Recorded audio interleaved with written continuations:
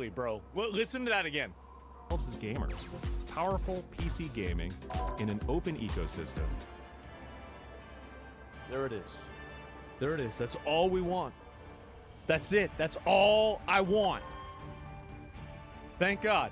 Who would have known the business strategy of doing things that the customers want you to do actually works pretty well? Giving you more ways to enjoy the games you love and discover new ones.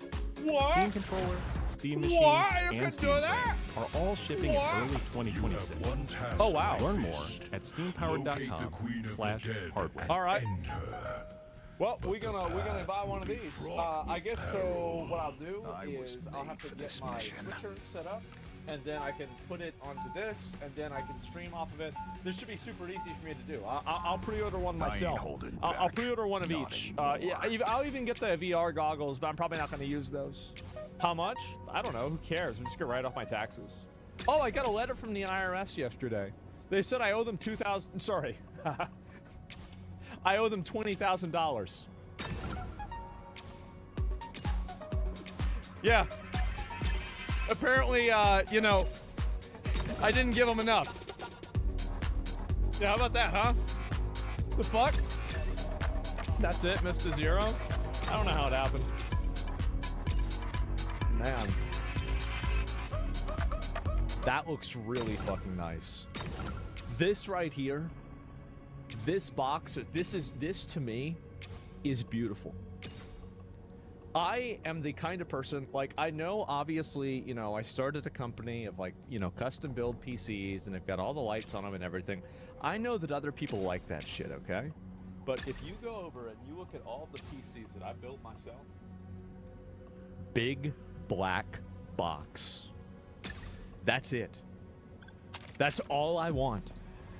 I just want a big black box. And there's something to me that, and like maybe there's like an element of like brutalism to it, where it's just like this imposing, massive square, and it just sits there, and it can run any game at 165 frames per second. It's a monolith. Ooh, I love that. Monolith. Wow. Big word. Call it the big black box? Exactly. Yeah, Space Odyssey type shit. Haven't been as excited since PS1. I am reserving a degree of judgment until we actually see what the specs on this are and everything. I do want to say, though, this is awesome. This is super cool. I'm really excited to see this, okay? And hopefully we're going to get and see more information about this. Finally, the Gabbin Cube. Died 2017, born 2025. Welcome back, Steam Machine. Announcing a VR headset, a console, and a controller on a random Wednesday is such a Valve thing to do. Well, the thing is that, and let me explain the reason why. The reason why is because it doesn't matter. It doesn't matter. You can release it, you know, before or after or anything like that. It doesn't make a difference in any case. The specs are on the website. Why the Crusades were awesome. I'll have to watch that. And yeah, do you think it'd be worth it for people to, what's this here? People with average PCs to just sell it and get that box instead? Well, it really depends, right? So from my perspective, I think that if you are strapped for cash, the best option for you as an individual is to build your own PC. Like, and this comes from somebody, again, who started a PC building company. If you want the best value for your dollar, you should build your own PC. And I'm going to explain why. It's because whenever this product comes out, the technology now starts a timer. And the odds are a lot of these, you know, obviously like bespoke products like this, they're not going to have customization and like you're not going to be able to open them up and put a new graphics card in this, for example, right? And because of that, that's whenever you really start thinking, and oh, let's start looking at the information here too. But like basically that way you can upgrade your PC again after that. And so my advice to any guy is that, you know, like most of you guys start off with like a family computer. Like, correct me if I'm wrong, but this is the way I started out as a PC guy, and this is the way I think a lot of you guys started out, right? is that we started out with a PC that was a pre-built from someplace, right? It was a pre-built from, I don't know, Sam's Club or Best Buy or something like that. And it was a family computer. And as time went on, you wanted to play video games that became increasingly more extreme, or not extreme, I think it's a better bad word, more demanding. And so you went to Best Buy, or actually, you know, since we're talking about back in the day, you went to Circuit City and you bought a Radeon 4650. This is my first one. This is my first graphics card right here. I think it was actually this one. There it is. And I bought this. This is my first one. And so anyway, I bought this graphics card, and it was a very, very long time ago, extremely long time ago. And I had it, yeah, frame it. I don't know where it is. I have to go find it. And you upgraded your PC for the first time. And then you maybe tried to do another upgrade, but then you realize, like, oh shit, I can't do more RAM because more RAM, the you know, the RAM port on my motherboard ends up only taking, you know, this amount of RAM, and it can't take a 16 gigabyte or an 8 gigabyte stick of RAM. And so now I have to get a new motherboard. But if I get a new motherboard, now I also have to get a new power supply. And so before you know it, you realize, okay, so you basically learn how to build a PC by trial and error. Focus on the error. And so anyway, that's the way I think a lot of you guys have gotten into it, right?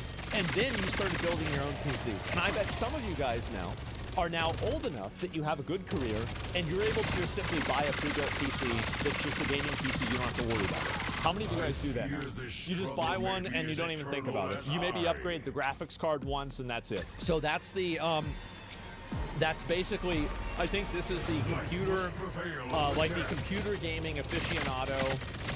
You know, in general, you start with pre-built, and then you build it yourself, and then you usually go back to pre-built, right? And it's not because you want to, it's because obviously you just have other time, you have a lot of time. You have time, and so no, I think so. I think this is what happens with a lot of people. No? Absolutely. Yeah, absolutely, I think it is. I think a lot of people, and for some people it's no, but here's the reason why it's different. It's because a lot of people, whenever they get older, like let's say you're 35, you're 40, or something like that, your most valuable resource stops becoming money, assuming that you have a decent career. You stop worrying about, you know, oh, well, this is like, oh, I have to do this or whatever, because you're making a lot of money. You've got a decent career. Yeah, your valuable resource now is time. And the time that it would take you to build a PC, unless it's something that you're very invested in and you personally enjoy doing, maybe it's not worth it for you to do it. So that's why people go and they buy pre-builts, right? That's why obviously there's so many pre-built companies and there's a lot of people that do it. It's not necessarily for young people, it's for old people that just don't want to deal with it, and they have some idea, but they don't really want to deal with making PCs all the time, right? That's why there's such a big market for it. It just makes sense. Because for everybody who's broke, there's also somebody who's not, and they buy a lot of these PCs. This is just how it is. And but my best advice is that if you don't have a lot of money, my best advice is not to buy one of these necessarily. It's not to buy a pre-built. It's to build your own. You will always get the best value for your dollar buying your own, and you can upgrade it later on in the future. And my best advice for people that are buying their own, there are two things not to skimp out on. Don't skimp out on your power supply, and don't skimp out on your motherboard. And I know those are ones, oh, but I can get this one for $20, it's way less. Oh, but there's a motherboard for like $35, you should buy this. Those motherboards, not only are they, you know, usually like third-party wholesaler motherboards, but on top of that, having a power supply that has a much higher wattage allows you to future-proof your machine for whenever you want to upgrade it in the future for future technology that will be coming up in the future, right? That's it. And so that's my best advice. Like you basically spend an extra like maybe $80, $100, somewhere around there, maybe even less, honestly, in some cases, to get something that's a much higher quality, and you're going to guarantee the longevity of your PC much more than anything else. It's better, terrible advice? I don't think so. I really don't think so. And so yeah, 1,000 watt PSU, good start. Yeah, 1,000 to 1,200, something like that. That's what I would do. But anyway, however, a lot of people might not want to build their own PC because maybe they have more time, maybe they have more money than they have time. So they're going to buy something like the Steam hardware. Now, would I recommend buying this? Absolutely, I would recommend buying it. But I'm just saying that each different type of thing has its own...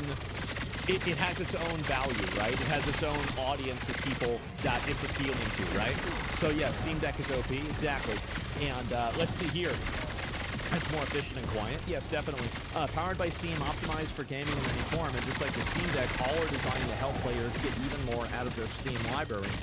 So Steam Deck, oh, I can't buy that right now. Okay, so I have to follow Steam hardware for updates, news, and launch information. We are besties. Wow. Okay, so where is the information about the Steam machine? Where is it? Okay, let me just click on this. I'm going to open it up. Your games on the big screen. Powerful PC gaming made easy in a small and mighty package. I can't believe that they actually... I am so happy about this. This is great because as I said, like I had wanted to do this, but obviously Steam has so much more resources than I do, or Starforge, right? I mean, they can do this in a totally different way. So it runs on Steam OS, and this is also another thing is that do you see kind of like what they're trying to do is they're trying to build an ecosystem. So they're building an ecosystem, and this is the way that companies really make big money. The reason why, like, for example, like Jeff Bezos, Elon Musk, Larry Ellison, a lot of these guys, Bill Gates is another one. The reason why a lot of these guys have so much money is because they control vertical integration. And you can even go back to like J.D. Rockefeller, and you can see the same thing, is that they own an entire product ecosystem. Apple, yes, Tim Apple. Yeah, so basically you have Steam OS, right? Steam OS, and then Steam OS runs on your Steam GameCube, right? This is the Gavin Cube, and then the Gavin Cube also uses Steam. So basically what I'm saying, yes, the Gavin Cube, and what's happening is so all of these products feed into each other. And so these are like, multipliers on value, right? And so, for example, like this is a 2x, this is a 3x, let's say this is a 1.5x, right? And so this multiplies the profit and the amount of money and the value that they get out of attaining one customer. Because if you can bring one customer into your product ecosystem like Apple does, well, now you can lock them into potentially a lifetime of purchases staying inside of that ecosystem, assuming the ecosystem is friendly and non-problematic, right? And so that's it. It prevents more competition. Well, I think it really controls, I mean, you could say it prevents competition, definitely. But I think that a lot of, like, Apple is bad in the way that it prevents competition because it's not compatible with other things. But SteamOS, I'm pretty sure, is much more compatible with other things, which makes it better. But to run SteamOS, operating system is designed to be provide a plug-and-play user experience while keeping power and flexibility of a PC. So there you go, Steam Machine verified, and it's a PC. Steam Machine is optimized for gaming, but it's still your PC. Install your own apps or even another operating system. This is what separates Steam from Apple. Right there. Open source, baby? That's right. That's right. That is crazy. Absolutely insane. The machine's front cover is detachable. Oh, yeah. No, I saw that. People were showing, like, where was the image of this? Let me see if I can find it. Yeah, the 2600 vibes are strong here. Oh, wow. From the old Atari. Yeah, and so they have, like, customizable frames that you can put on it. That's really nice. The Steam Machine plays well wherever Steam is.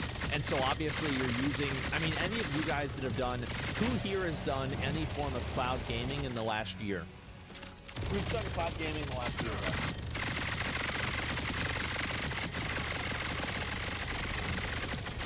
Me, it's pretty good. I would say it's actually pretty good. I'm going to be honest. I think it's actually quite good, and it is improved by quite a large margin.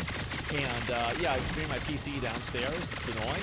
I don't think so. Like I used Parsec like 2 years ago, and it was incredibly high quality. It really worked well. And so yeah, I mean, and by the way, if you don't think it does, I'd invite you to try it out yourself. Because I think that cloud gaming has such a bad reputation with how bad Google Stadia was at the beginning. But the fact is that the technology since then has just improved so much. It's really it's really hard to even compare. So yeah, Parsec is legit. Yeah, and it's a pretty cheap software if it's not free, right? And so that's it. I mean, I think this is great. Anyway, let me go back. I'll look at a few more of the things on this. Great for streaming as well. So Steam Machine is a perfect host PC for streaming to other devices. So there you go again. So it can actually run things, and then you can stream it onto like maybe your VR goggles. So the tech specs. Okay, this is what's important. So let's see here. CPU, AMD. Holy shit. Was it 6, 10, 12? What the fuck? 4.8 gigahertz. What the fuck? Semi-custom AMD. I don't even know what a lot of this shit means, if you want me to be honest, right? Like, I'm not even used to looking at this shit. And storage, so you only have... You have half of 1 terabyte. Oh, wait, never mind. Okay, no, you have 2. And both models include... Oh, there's going to be 2 different versions of it. Okay, yeah, there we go. 6 cores, 12 threads. Okay. Well, either way, let me go back over. I'll look and see this. There's a display port and HDMI. Okay, that makes perfect sense. So HDMI only going up to 120 hertz is like not great, but you know, display port 240 is crazy. That's a lot. Super good.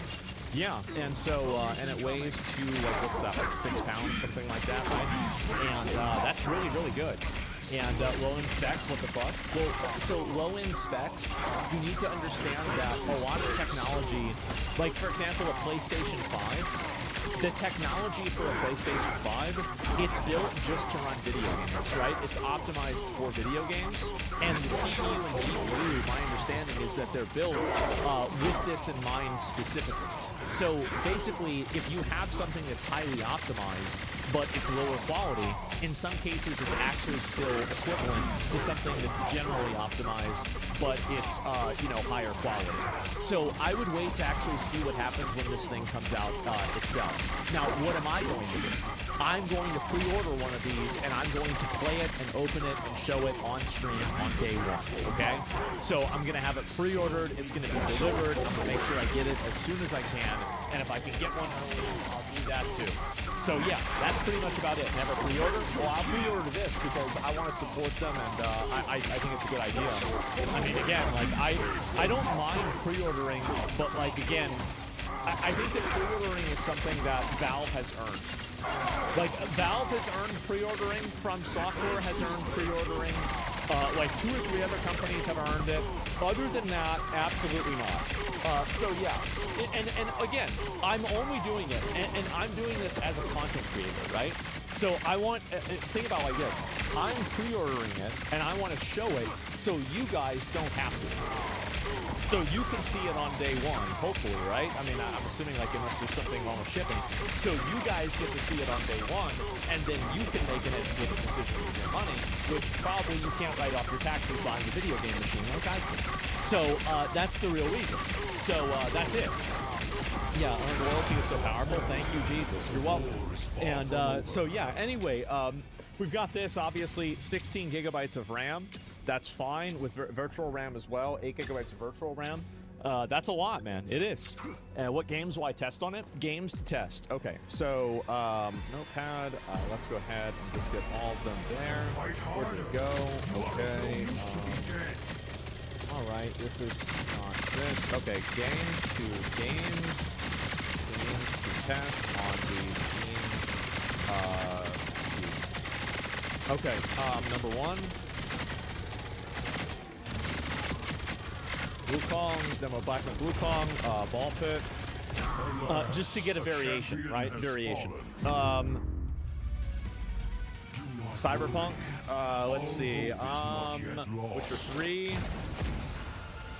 Ooh, let me go back, let me think about it. Ooh, let me think.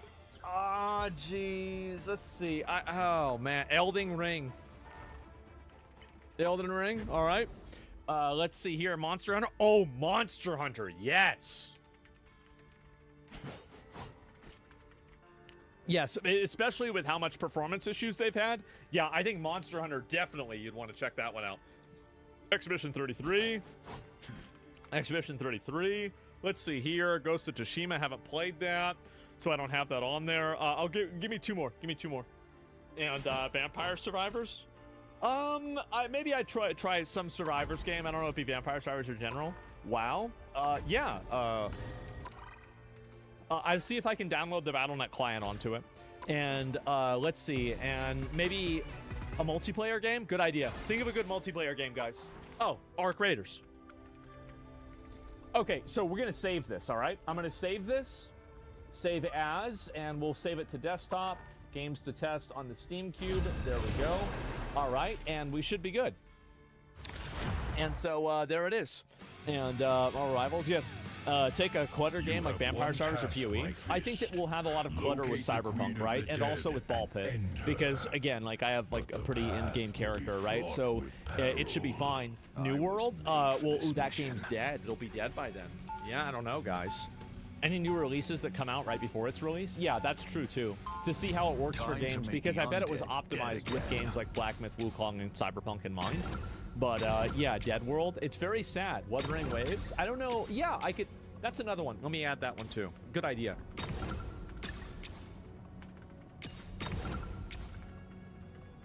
Wuthering Waves, yeah. There it is. That way you have a very large breadth of games where it's not like one genre, and you're trying all kinds of, like, random-ass things. And so that way you've got an idea. Genshin Impact? No, that one's for girls. You can't play Genshin Impact. Wuthering Waves, see, girls with mental disorders play Genshin, like, mentally ill 35 IQ middle school girls play Genshin Impact. Mentally ill 35-year-old men play Wuthering Waves. Like me. And so anyway, so it's very, very different, okay, guys? Yeah, you gotta understand that. Rich is. I was trying to get him into actually playing Wuthering Waves. I was showing him the game. I was like streaming it to him actually. And Space Marine 2. No, I think that we've got a good list here, right? So this is what the plan is, right? So we're gonna try this out. We're going to. Oh, they got a whole bunch of different little images of it. Okay, what's this? Yeah, this is. Oh, that's a goldfish. Oh wow, does it come with a goldfish? Well, anyway, so we're gonna try these games with the Steam Cube the day it comes out, as soon as I can, or earlier if I can get a copy of it early. So yes. You're missing a PC intensive activity since it works as a PC. A PC intensive activity. I mean, the only thing that I can think of right now would be rendering a video, like a YouTube video or something like that. So I don't know. Like that's my best guess. But like I don't know besides that. Streaming? I don't know if I want to stream to it or stream from it or not. I have no idea. Multiple tabs of Google Chrome. Yes, infinitely open Google Chrome tabs. I think that would be kind of a good idea. And yeah, we'll have to try that out. Do you want a Steam Deck? Oh, I have one. I have it.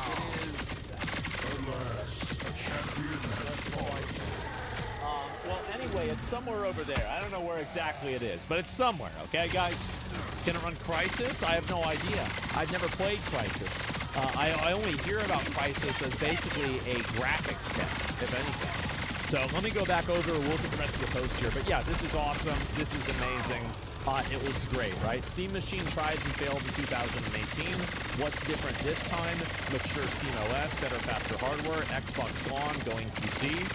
I think the reason why the Steam Deck or whatever, Steam Machine didn't work back then is that Steam wasn't as popular back then.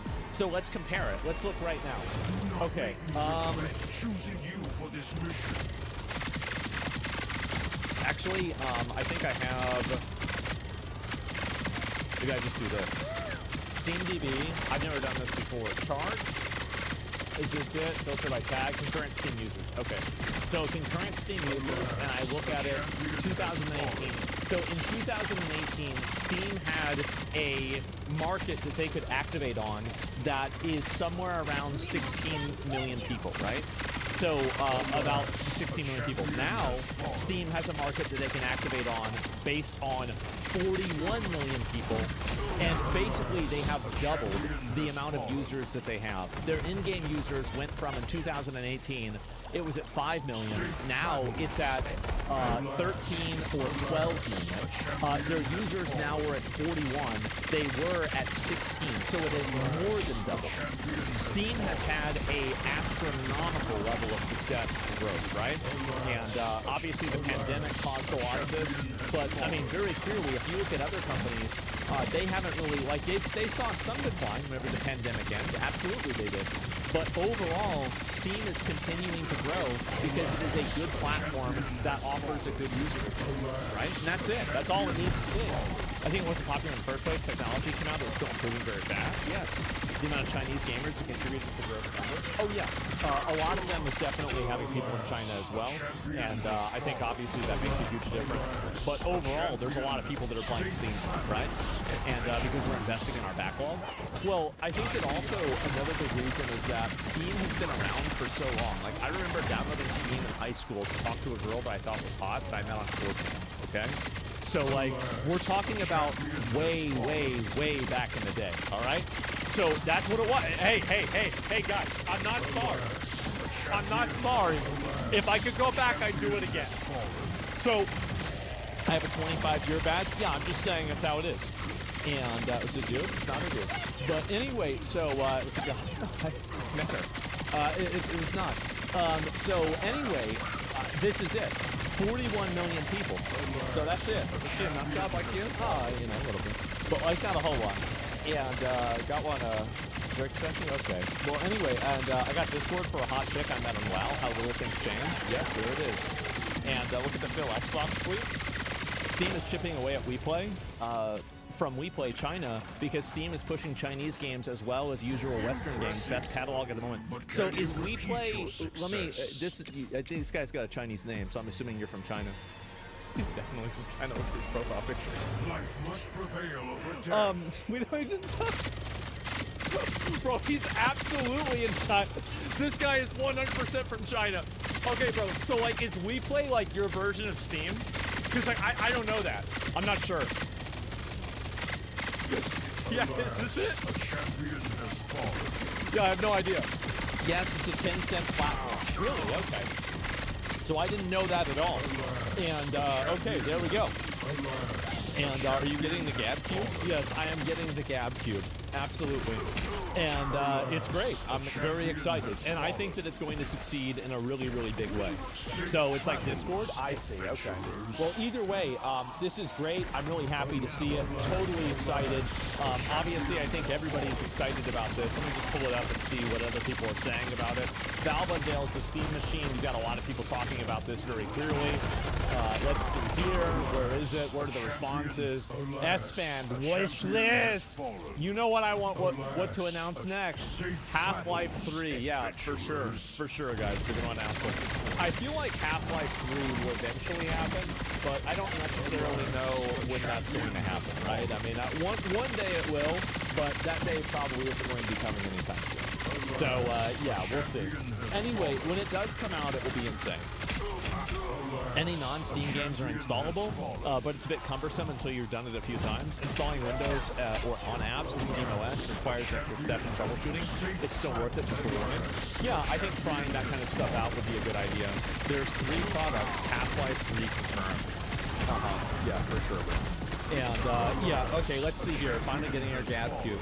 So yeah, people are really happy about this. I think that we're probably going to be looking at a price point of Safe travels.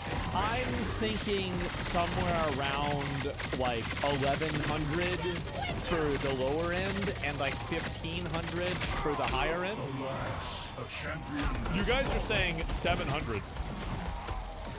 I don't think it's going to be that cheap, guys. I really don't think so. I hope so. I hope so. But I don't think it's going to be that cheap. I'd get 600. Let me explain the reason why I think it's going to be worth more money. It's going to cost more money. It's because of the price anchoring that they did inside the video. The price anchoring they did inside of the video and the value anchoring they did inside of the video was comparing its value versus the Steam Deck. And I think they're going to leverage that thinking to cause it to cost more. That's what I think. That's my guess. I could be wrong.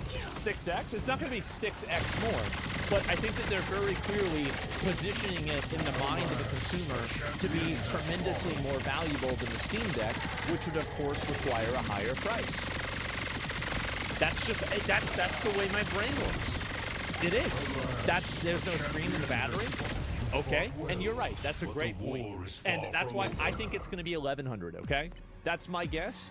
Let's go back. We're going to bet Do not succumb to 1,100 chaos. plus minus 100 on release. Okay?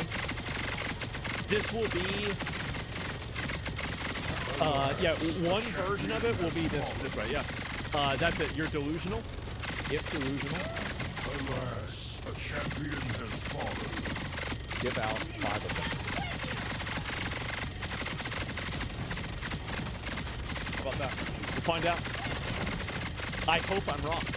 I do. I hope I'm wrong. But that's it. I think it's going to be plus minus. Yes, and so this means it will be between $1,000 and $1,200. So yeah, that's my guess. If wrong, go back to main channel. What do we owe you? Nothing. You just gotta watch. That's all. That's all. That's all you have to do. And so make it 55. I don't know about that. It's a lot of them. Okay. And I've also got to go back, make it international. Well, I can just, I mean, we can just give people the money. We do whatever the fuck, right? I mean, I don't know. We'll figure it out then. But, because I also need to buy PCs for, I want to do, so this is my plan. I don't want to commit to this, but on the first week of December, I want to do a PC rating stream where I'm going to bring on myself and maybe 2 or 3 other guys, and we're going to rate people's PC setups, and then we're going to give away PCs, free PCs for the holidays, right? And so that's my plan. Obviously, we're going to probably lock in. Like, I can spend the money. It's not a big deal, right? And so it's probably like, what, $20,000, $40,000, get it done. It's holidays. I mean, why not, right? And so, yeah. USA only? I don't give a fuck. I mean, unless it's like illegal for me to send it to your country, you can do whatever the fuck you want. Like, I mean, yeah, we're gonna have to spend like an extra $1,000 to ship it to somebody, but like, if we're already spending $35,000, just pay another $1,000. Who cares? So yeah, that's it. Alas, a champion has fallen. Apparently, Japan, there's been a lot of censorship that's been happening. I think that we all know this. Is that there's been censorship that's been affecting anime and manga. And obviously, you know, this has gone on now for probably like at least 5 years. But you're starting to see Japanese people starting to become cognizant of it, seeing their media change as a result of it trying to appeal to overseas viewers, or more likely overseas Twitter users, etc. And so finally, it looks like Japan is banning that type of censorship. So I'm very, very glad to see this. I think everybody should be. No, I do not want some annoying Karen on social media telling me what anime I'm allowed to watch. Absolutely fucking not. The bearer of good news instead of bad news. Imagine like, oh my goodness, man. It's been too long. I've always delivered bad news after bad news after bad news. And here we go. We actually got something I can talk about that. You know, we'll bring people a smile. Okay, let's No see it. interference in creative work. Japanese government proposes new policies for anime and game expansion in the West. This No policy for game expansion in the West. Thank God. No interference in creative works. It's so obvious. It's so reasonable. Thank fucking God. And I think that's the pretty one start for huge. This literally just came out today. This is literally Yes, it news. is. It was by the Ministry of Economy, Trade, and Industry proposes new policy guidelines for the Japanese content and anime industries. Very, very good. Could this be related to the Square layoffs? I think that there is a sentiment in Japan. This is, I don't live in Japan, I don't speak Japanese, but this is so, I'm only looking at what's translated, and I don't have like, you know, like a unique insight to this. But it seems to me that there is a growing sentiment that's happening in Japan where people in Japan are upset that Americans are both consuming Japanese culture and also, in another way, consuming Japanese culture, where they're trying to edit out, push away, and try to, you know, rough off the, you know, the rough edges of Japanese culture that they find to be abrasive. And I think that that's earned a lot of resentment from the Japanese people. That's what I think has happened. Trying to appropriate it? Yes. So let's just get right Like into it. literally Let's just cultural read this appropriation. article. This October, the Japanese Ministry of Economy, Trade, and Industry held its 8th Entertainment and Creative Industrial Policy Seminar, during which it proposed 5 key principles of its new policy guidelines for the Japanese content industry, including video games, anime, manga, film, and music. Of course. As reported by Otaku Soken, the new guidelines have been announced as part of the strategy to achieve the government's goal of expanding the overseas market size for domestic content to 20 trillion yen. That's a lot. This comes only a month after the Japanese Business Federation, Keidan Ren, issued an urgent message calling on the government to provide immediate, large-scale, and long-term support for the country's content industry. The 5 key principles of the entertainment and creative industries policy are listed as follows. Number 1, large-scale, long-term Smart. support efforts to spread Japan to the world. Yeah, this is how you have soft power. You know, like the USAID, where we get to do trans Sesame Street plays in Iran. I don't think that's how you have soft power. Soft power is free rent, not transsexual Sesame Street. I'm just saying. Soft power is Black Myth Wukong. Prioritize those a challenge. In light of recent events, especially aggressive content restrictions and global pressure, from payment processor firms, the third principle of the policy has been attracting attention of people. As explained by the government's goal is to invest in IPs, human resources, and digital technologies, as well as support international distribution networks and overseas investments into building standards. Consequently, the third principle will suggest reassure creators that their freedom of expression will be protected. That's the big and that one. Government backing does not imply that the content of their work will be meddled with in any way. Huge W. Like just straight up huge Japan W. Like big W. Big W for the Japanese government. Big W for anime creators. I think it's people are just, this is a win for anybody who doesn't want to have things edited by people that don't care about the media. Because fundamentally what you have are people that are coming into a space that they're not really part of, and they're trying to edit, change, and manipulate that space to make that space congruent with their worldview. And I think that just generally, there's a lot of resentment for that. I don't think people want that. That's not something that like an average person is saying, oh, please censor me more. Please change this, make this different. No interference in the content of creative works means what exactly? It means that in the process, I'm assuming, and in the process of localizing things like this in Japan over to the United States, that you're not going to have, censorship of certain topics or certain types of sexuality, for example. Basically, like, they don't get to censor things because it's problematic in one way or another. I mean, that's what I'm guessing. Manga creators, for artists in general, and this is a huge W for freedom of expression, creativity, within Japan. Because obviously, when government starts to get involved with this, there's always this worry of like barriers to block you from doing something or stop you from being free or doing what you want. And the fact that the government is reassuring creators that you, just because it is government backed, does not mean you will interfere or stop you or meddle with your work, is amazing. It's legitimately what nothing is wrong in the content of creative work. Like, this is a pretty good example, right? Is like a lot of people in the West complain about fan service. And for people that don't know, fan service is basically just gratuitous sexuality that's added to the story just for the sake of gratuitous sexuality, right? That's basically fan service. And it's like, my solution to that is very simple. If you don't like anime with fan service, don't watch it. Period. Don't watch it. There you go. Problem solved. It's literally that simple. More undead warriors will Basically, soon to arrive. not force anime and manga to censor itself. So this apply to those fucking English VAs that'll purposely change lines to push an agenda? No, it won't, because they probably already fired because they got replaced by AI. Yeah, that's it. Yeah, you don't need to worry about them. Stand over. But it should, yes, That is- theoretically. This is probably some of the best news we could have gotten as of late, and especially for what we have seen continuously. We have definitely seen a bit of just like this continuous rampant censorship on Japanese content. That's not including other countries in the world. there's a lot of other stuff I'm reading about. But what I'm saying is, we have definitely seen a lot of Japanese content get censored. Well, I think the reason why is that a lot of Japanese companies are now prioritizing international audiences over their own audiences. And I think that's probably creating a lot of resentment within the Japanese culture and inside of Japan, because they feel like now, because of the larger economies of overseas audiences, that their media is being changed in order to accommodate them. That's what I think is happening. And the fact that Japan has obviously been around this for years now, it has been an ongoing issue that has been It makes sense. escalating. I feel that way too.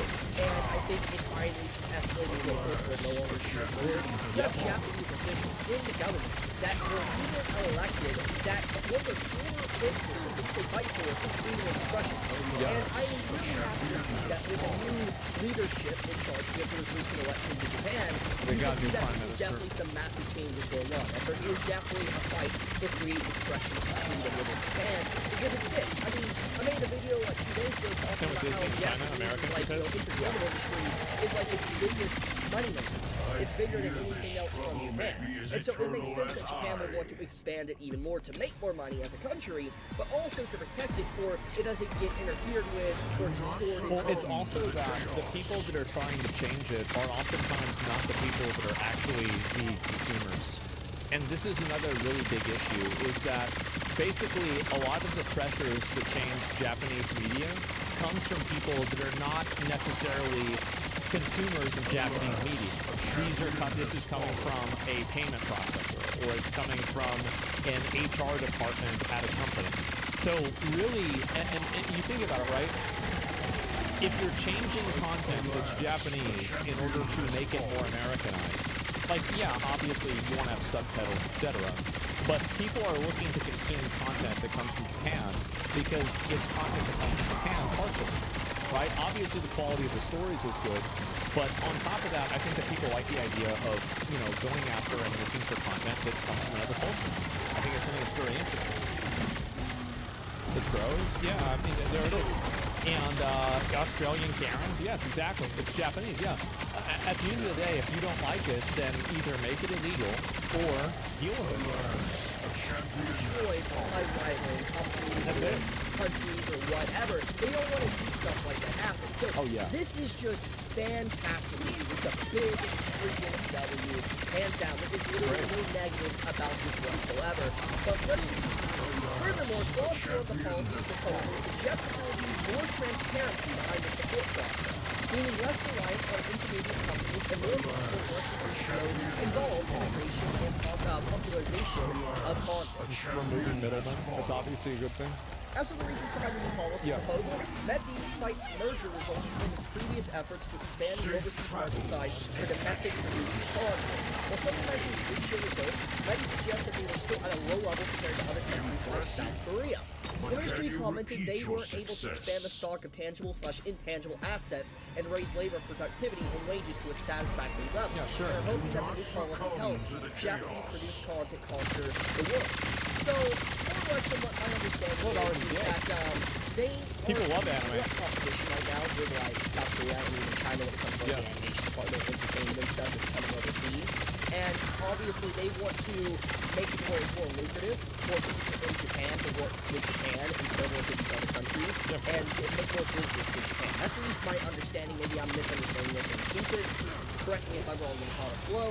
But regardless, overall, Japan is taking a massive step in trying to protect its actual community, the people that drive this industry. I mean, once again, I want to point out that the entertainment in Japan, entertainment industry in Japan is so massive. It's like one of the big money. It's obvious. I mean, obviously, like, everybody watches anime in the whole world, right? I mean, like, isn't like one of the Saudi Arabian princes, isn't like one of his profile pictures an anime girl? I mean, like, what are we talking about? Like, it's a worldwide phenomenon. People love it. So yeah, obviously Japan, like, their entertainment and their media is a huge export. Same as American media and entertainment is. Absolutely. That's just the way it is. So it would make sense that there's a law. Osama bin Laden watched One Piece? Yeah, that's right. Osama bin Laden liked anime. I forgot about that. Of war, try to protect your industry. That says a lot. It makes sense. complete sense. It's nothing that seems like, you know, ludicrous or fantasy. Yeah, no, being It serious. makes sense. And the fact that you have politicians that recently got elected, that I've even talked about on this channel about the situation, obviously, yeah, it makes sense why, like, you know, them being elected, they would fight for something like this. It's just, yeah, I'm very happy, man. I'm glad I could share this good news, dude. This makes me so happy to see an article like this. Now, I do want I think to this is make great. sure I state this, though. From my understanding, this law is not passed. It's a policy that has will been be. proposed. I mean, I would expect that. I'm assuming it needs to be voted on to some degree. I don't know exactly how the whole policy structure in Japan works. I'm not going to act like I do. Not a I'm surprise. an American. I'm not going to act like I understand all the politics of Japan. That is ignorant of me to do. Who the fuck knows? However, I'm assuming that, judging by the wording and stuff, it is a policy that's been introduced thanks to the new change in hands in the government with the new elections and stuff like that. And now it's going to be getting voted on. And I'm assuming with just how much support has been behind protecting creators and how vocal a lot of these politicians have been in Japan as of late, I'm going to assume it's going to pass. That's my educated guess. I mean, you have one of the biggest people that are leading Japan's economy right now that is a straight up like weeb. Like, I believe there is literally like one of Japan's like ministers. She is a weeb. Like, she loves 2D over 3D. Like, I might show a picture on screen to prove it, but basically, it's very obvious these new politicians that are in control of Japan right now, they love anime, they love manga, they want to protect it. That's good news. That's good enough for me. I'll leave it at that, though.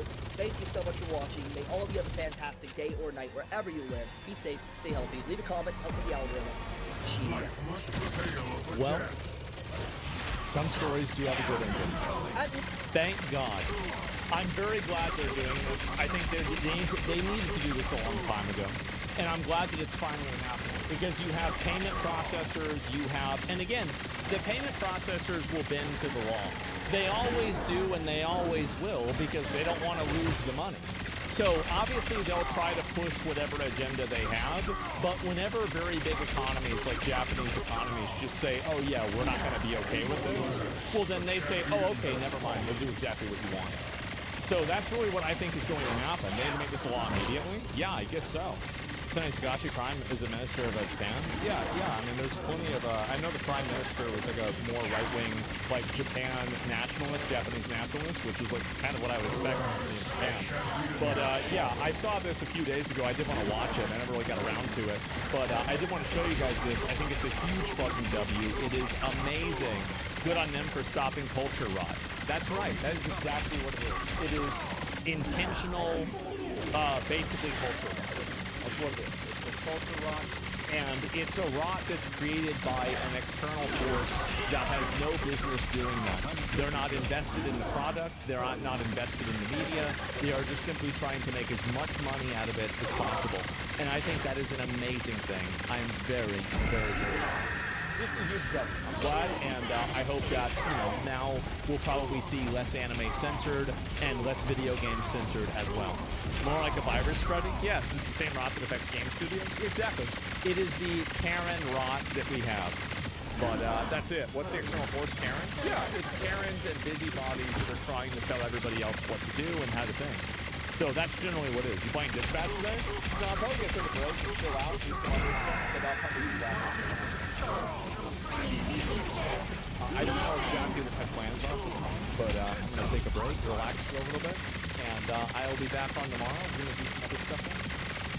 So that is the plan. And tonight I'm not being involved. I beat him yesterday. And yeah, which games would you recommend are under $50? That's good replayability. I don't know. Couldn't this be that? What the West just said we're not accepting this, and they change it from the source so that they can send it. Sample of this is Shadowverse 2. Well, I'm sure there's going to be some things that are probably over the line, and there are things that are like in certain regions only. But overall, I would expect to see generally people just deal with it. Like, most people are able to, like, the entire idea of this being a problem is totally artificial, okay? It's a completely artificial problem. Nobody actually cares about this stuff. It's just people that are bored, that are looking for something to get mad about. So, whenever I see this, and it's like, okay, yeah, like, oh, wow, people are going to be upset about it. Nah, they don't really care about this stuff. Like, it's not a big deal in any case. Parent processors aren't refusing anime because it isn't woke enough. What is this here? isn't woke enough. Well, what is it? Yeah, I don't know. I mean, I think obviously it's not because it isn't woke. It's just in general, right? I mean, there's different types of media changes and things like that I think people just don't want to deal with. Watch Bellier's video about Nintendo tomorrow? Yeah, I might, if I remember. I'll probably look at it then. Sure. Why not? I hope Japan uses AI to convert Japanese voice actors to English so it keeps the vibe of the character. Yeah, I think that it would probably, like, if I'm thinking about, like, you know, that, I don't know. I'd have to really think about it. Like, I do think that Japanese voice actors and, you know, making sure that it's true to the character is important. But I think that you're probably going to have the majority of voice acting be done with AI and technology soon, just because it's simply more efficient and it's better. Are you going to play World Wins Me? Yeah, I am. They won't? They have protection from AI taking their voice? I don't know what else. But if they're going to use AI to generate voice lines, it's not better. I think AI and like AI voice lines will become as good as a human voice. I don't really see a universe where that's not the case. I know that a lot of people like to circle jerk about how bad AI is, but personally, I don't really share any of those feelings. I think that those are people that are looking for social media points. AI is obviously extremely popular. People love AI, and it will be overwhelmingly accepted by the public, and it already is. So to the extent that AI provides a superior product or an equivalent product, AI will overrule and it will outperform, you know, the human alternative. So yeah.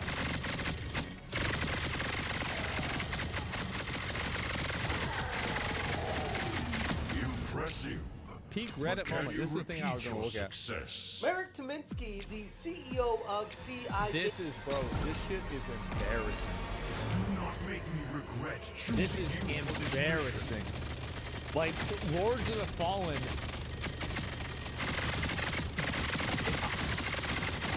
Y'all just gotta see, this is sad. The company behind Lords of the Fallen has taken acts to let everyone know that the subreddit r/. So Lords of the Fallen subreddit, I don't know if he's going to go into the background in detail because yeah, I think he probably will. But basically, the subreddit mods are having an active revolt against them because he's not woke. Lords of the Fallen has been taken over by mods that are, let's be honest, heavily left lunatics that think that anyone that disagrees with their ideologies is a fascist. I wish I was joking. What's going on, guys? Welcome to another episode of Smash the Game. This complete unhinged rant from a mod in the subreddit for the CEO's game has banned the CEO because the CEO, Merrick Tominsky, dared ask the audience, the gamers themselves, what they wanted the games to have and not have in them. That's right. The people that are running the subreddit banned the CEO from the subreddit about his own game.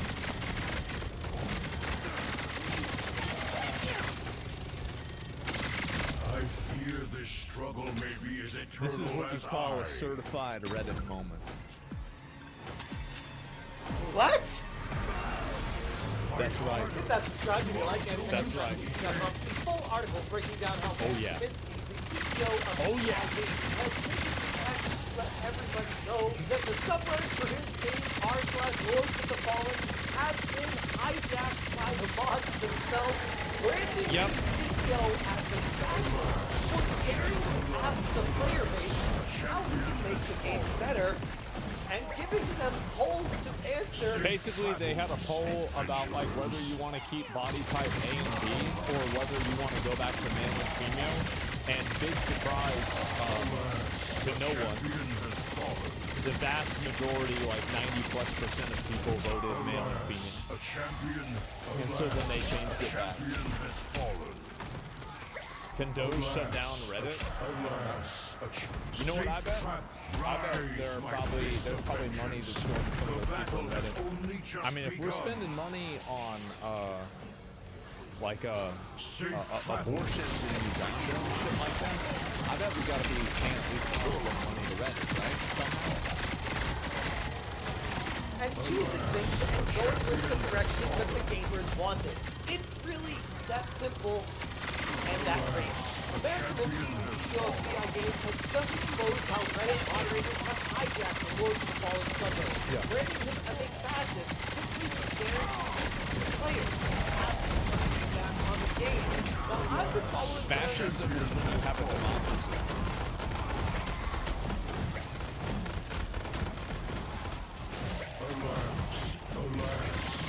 for a little while now, and I've noticed on the text from time to time people share some polls and asking questions for the players to review the game and how we can improve them and what the players want the game to have as a result. Let the democracy the majority always try to go with that. Which, I mean, hey, it's this game. You love to do whatever the hell it wants. If it wants to ask the community for help, you can ask the community for help. If it wants to do it himself and say, art, buy my game, you do that too. I don't really see what the problem is here, but we're talking about Reddit monsters, and logging them down is a great. Yet another demonstration of Reddit's rapid Addressing the CEO of CI Games' politically motivated agenda. Direct links to X, formerly Twitter, Facebook, and Instagram are no longer permitted. going lunatic left-wing authoritarianism to some Let's read some of this. The CEO of CI Games, Marek, I don't fucking know. This is probably Polish or something. I can't pronounce it. Is actively supporting and promoting fascist ideology under the guise of catering to the player base. And again, the fascist ideology was wanting attractive female characters and male and female instead of body type A and B. This is fascism nowadays, and as a moderation team, along with many gamers worldwide, we are deeply shocked and disgusted by the events of the past few weeks. Now, along with many gamers worldwide, well, that turned out to not be true, right? Because if it was many gamers worldwide that were shocked, then you wouldn't have had the votes go in the way that you didn't want them to go in, right? So it turns out that that's not really true. these mods have now taken some seriously extreme measures to shut down any discussion that doesn't align directly with their ideological echo chamber. In response, we've removed all CI Games and Hexworks officials from the moderation team. So, I just want you guys to understand what happened. The people that, this is so fucking retarded, I have to say it again because I can't even believe it. The people that are running the subreddit for this video have banned all of the people that make the video game because the people that made the video game ran a poll on Twitter that they disagreed with.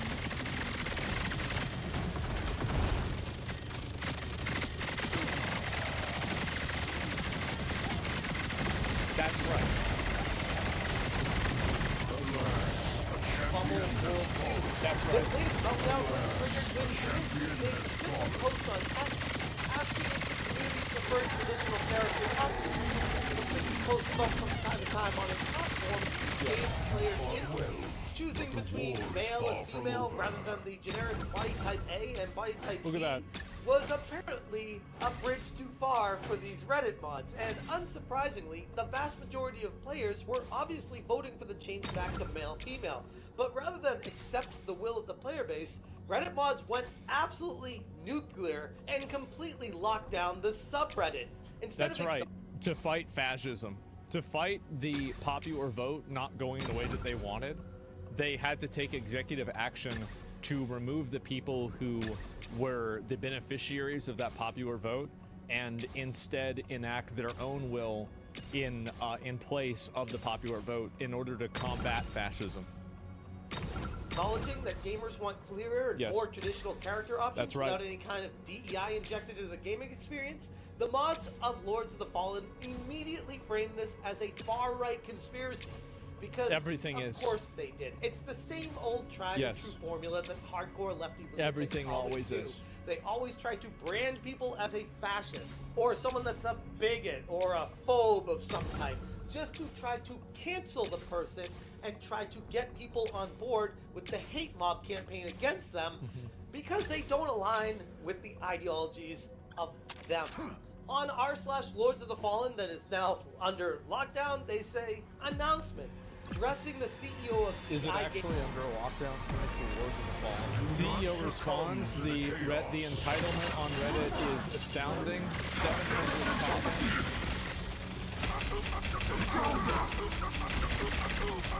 There's only one. I bet there's a lot of people that are getting their comments deleted and their posts deleted. Yeah, I think that's what's happening. Yep, big bans.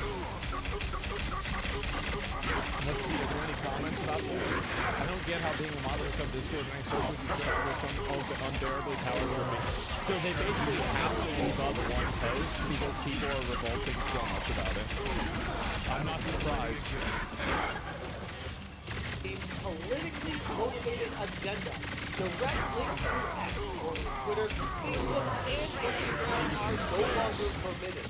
The CEO of CI Games, Merrick Kaminsky, is actively supporting and promoting fascist ideology under the guise of catering to the player base. As a moderation team, along with many gamers worldwide, we are deeply shocked and disgusted by the events of the past. Man.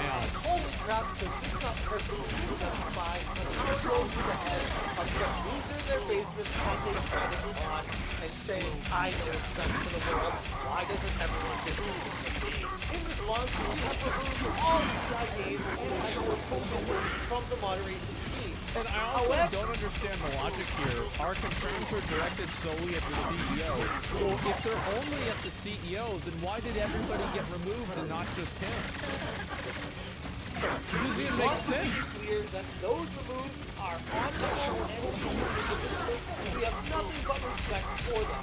Every interaction we've had with them since day one has It been says, nothing unfortunately, this decision affects the wrong people. I love the passive language in this. You mean this decision that you made? They act like this is some kind of like this, well, this is just what had to happen. No, it's not. You did this.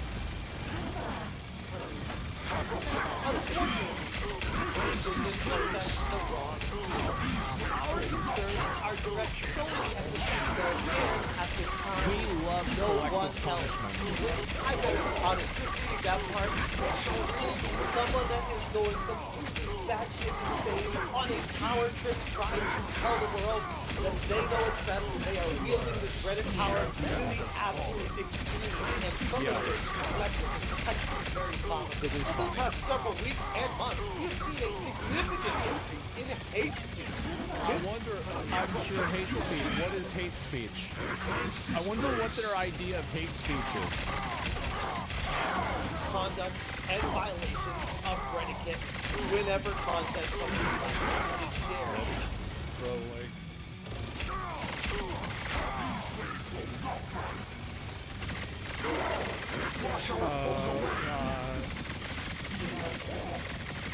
That's hate speech right there. That's fucking hate. You shouldn't be able to say that. You should not be able to say that. Additionally, we have experienced an influx of users spreading fascist views both on the subreddit and via mod. Let us be clear, we do not tolerate any violations of our I bet you don't. behavioral rules, nor do we condone or support fascist ideology.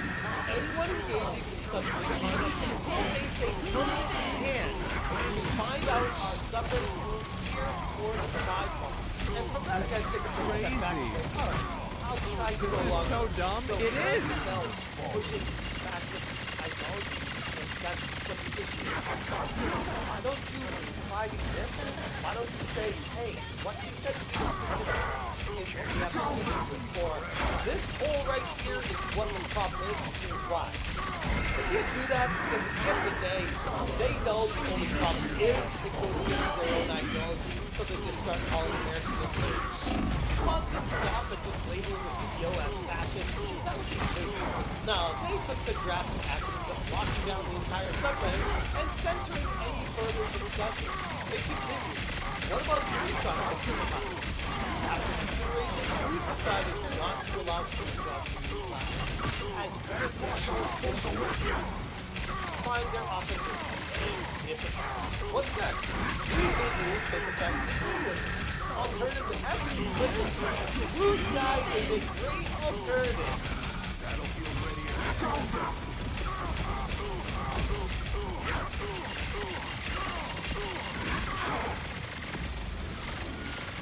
A champion has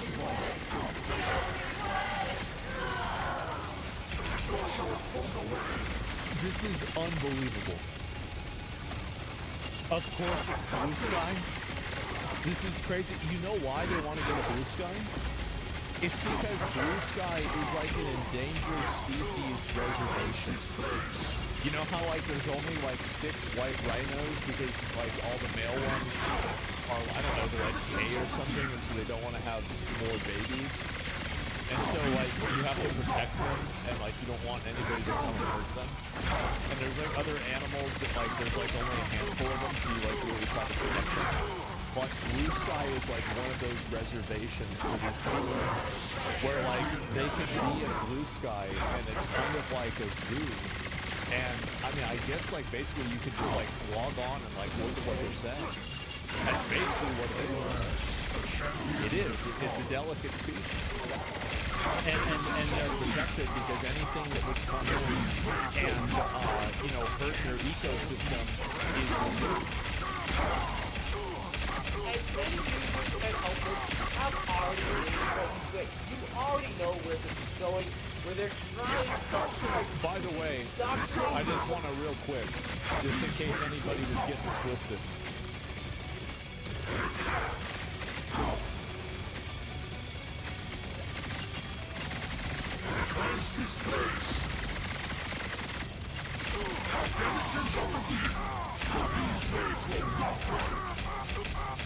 This is even detonating. These are people that are searching for Twitter and not X. Either way, the point is that Blue Sky is not going anywhere. Nobody's using Blue Sky. It's never happened. Like, it's not going to happen. It's very obviously not getting popular. Nobody's using this shit. The only people that are using it are people that are butthurt about Twitter. Elon should buy it? Yeah, there you go. Folks that don't know any better to think that other platforms are where the truth is, when in reality, anybody that's been paying attention to what's been fired right now is noticing that all the left news are migrating over to Blue Sky, creating their own echo chamber over there into some mess of a situation. The reason why they're over there is because their ideas can't survive in the marketplace of ideas. And so they have to be in a safe space that protects those ideas from any type of criticism. Because if they aren't, then the idea is immediately done. With any kind of logical common sense, or anything at all. If you have any suggestions for improving this process, feel free to share them in the comments or via mod mail. Additionally, This is what Truth Social. There's nothing that's preventing. Do you get banned on Truth Social for expressing liberal viewpoints?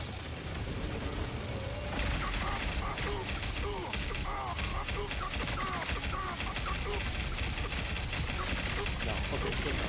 It's not the same. And you're just drawing a false equivalency, so you can justify your level of retardation and say, well, they're retarded too. No, actually, they're not retarded. It's just you that's retarded. any moderators from other subreddits would like access to the auto-moderated scripts we've written, we are happy to share them. Simply contact us via mod mail. They want to use these scripts they created and push them on other web forums who push their own ideologies and create an echo chamber in other forums as well, which is just wild to me that they think this is something that's going to fly really cool with. Which, spoiler alert, it's not. In fact, it's actually hysterical to look at some of the replies in the comment thread and how the mods are being called out by Redditors. You know you...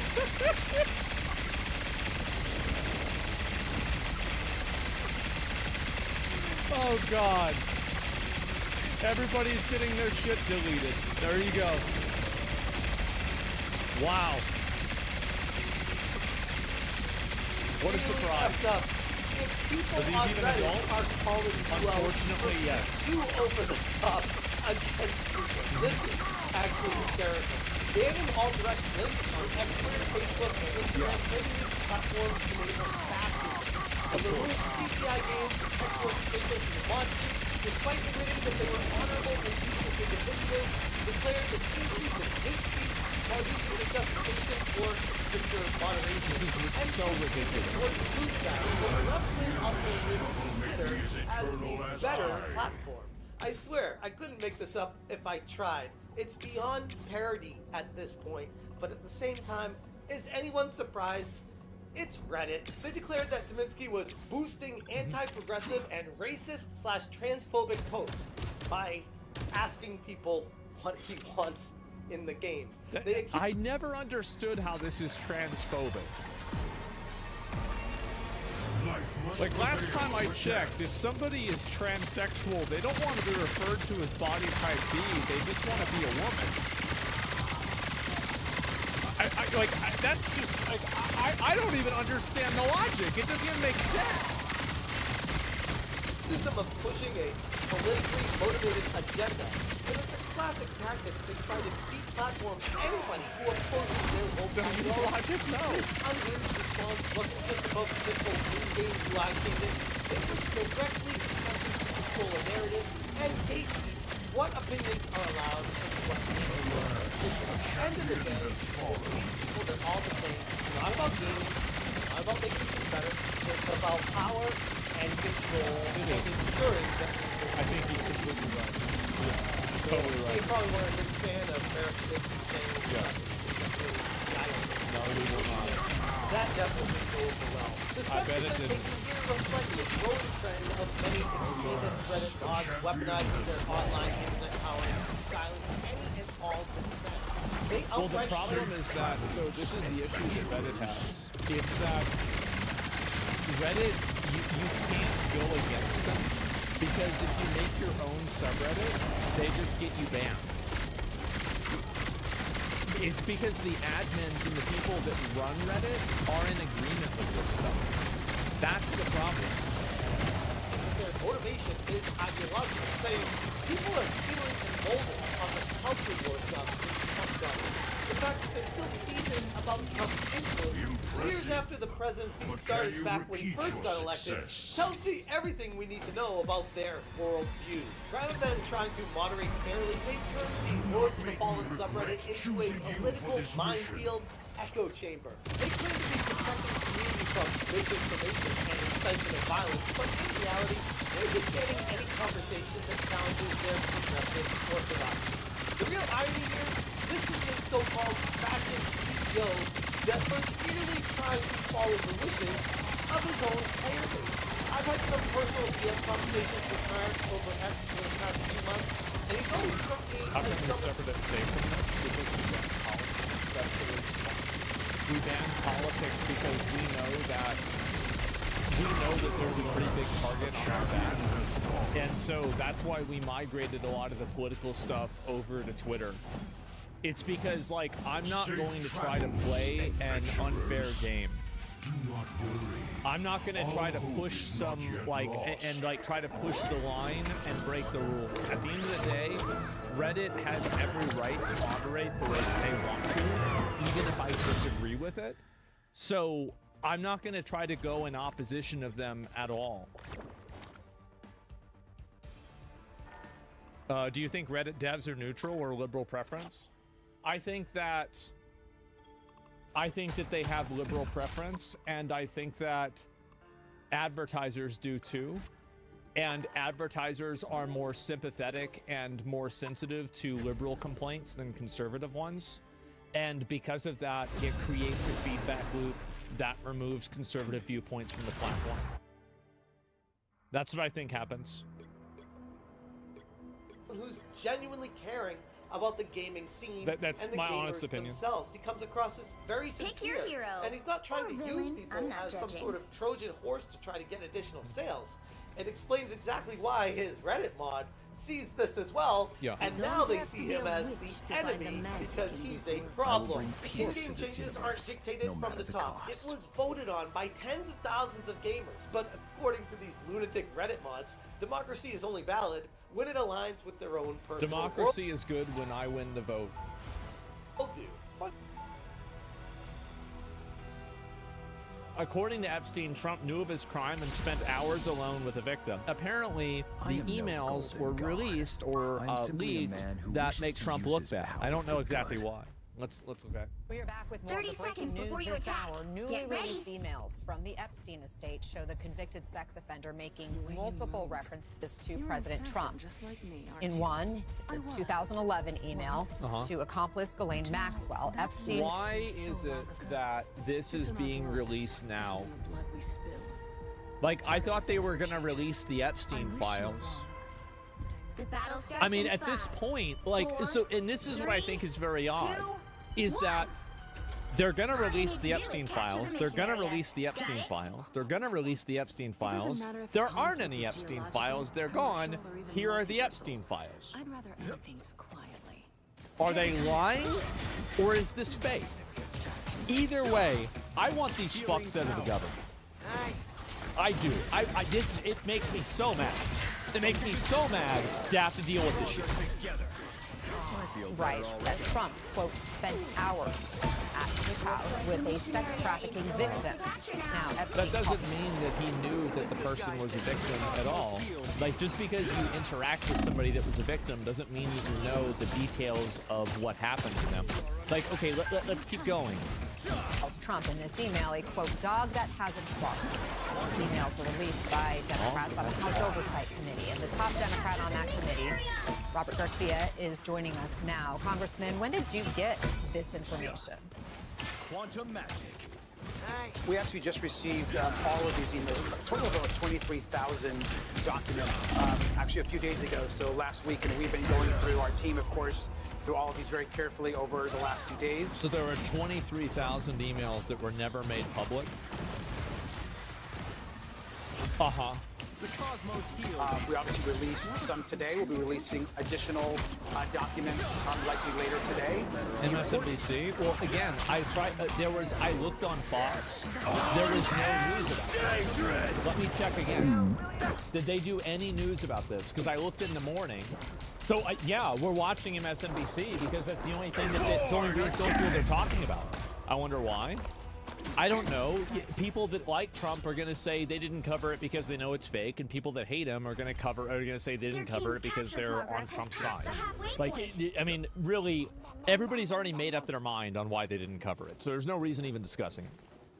The thing here is that we know, and we've been demanding, that Donald Trump and the DOJ release the full Epstein files. Yes. In what's been released today, 100%. which obviously is quite serious. I think connections between what Donald Trump made. I'm glad this came out.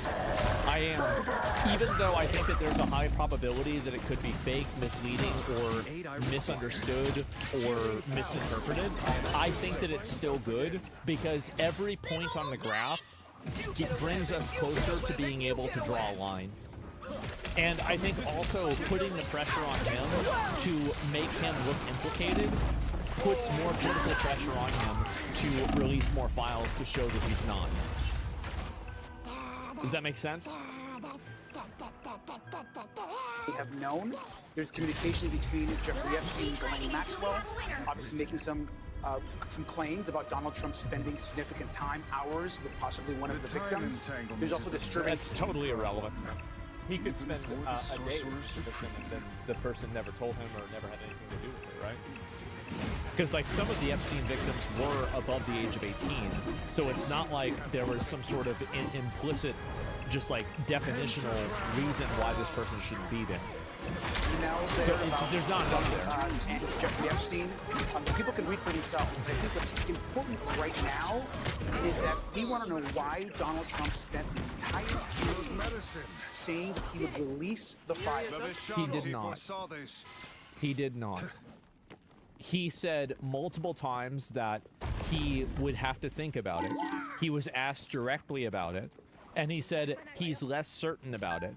Now, here's he ran on deportation. multiple times. Well, if somebody wants to find me a compilation of all the times that he said it, then you can show it to me and I'll watch it myself. But from my understanding, Donald Trump said, oh, Bill Clinton is in the files. He said that, yeah, well, let's see here. Grok said, ask Grok, sure. When did Donald Trump commit to releasing the Epstein file during his 2024 campaign? Because my understanding of it is that the primary people that were committing to releasing the Epstein files were people that were on his cabinet. People like Kash Patel, Dan Bolingo, and Pam Bondi.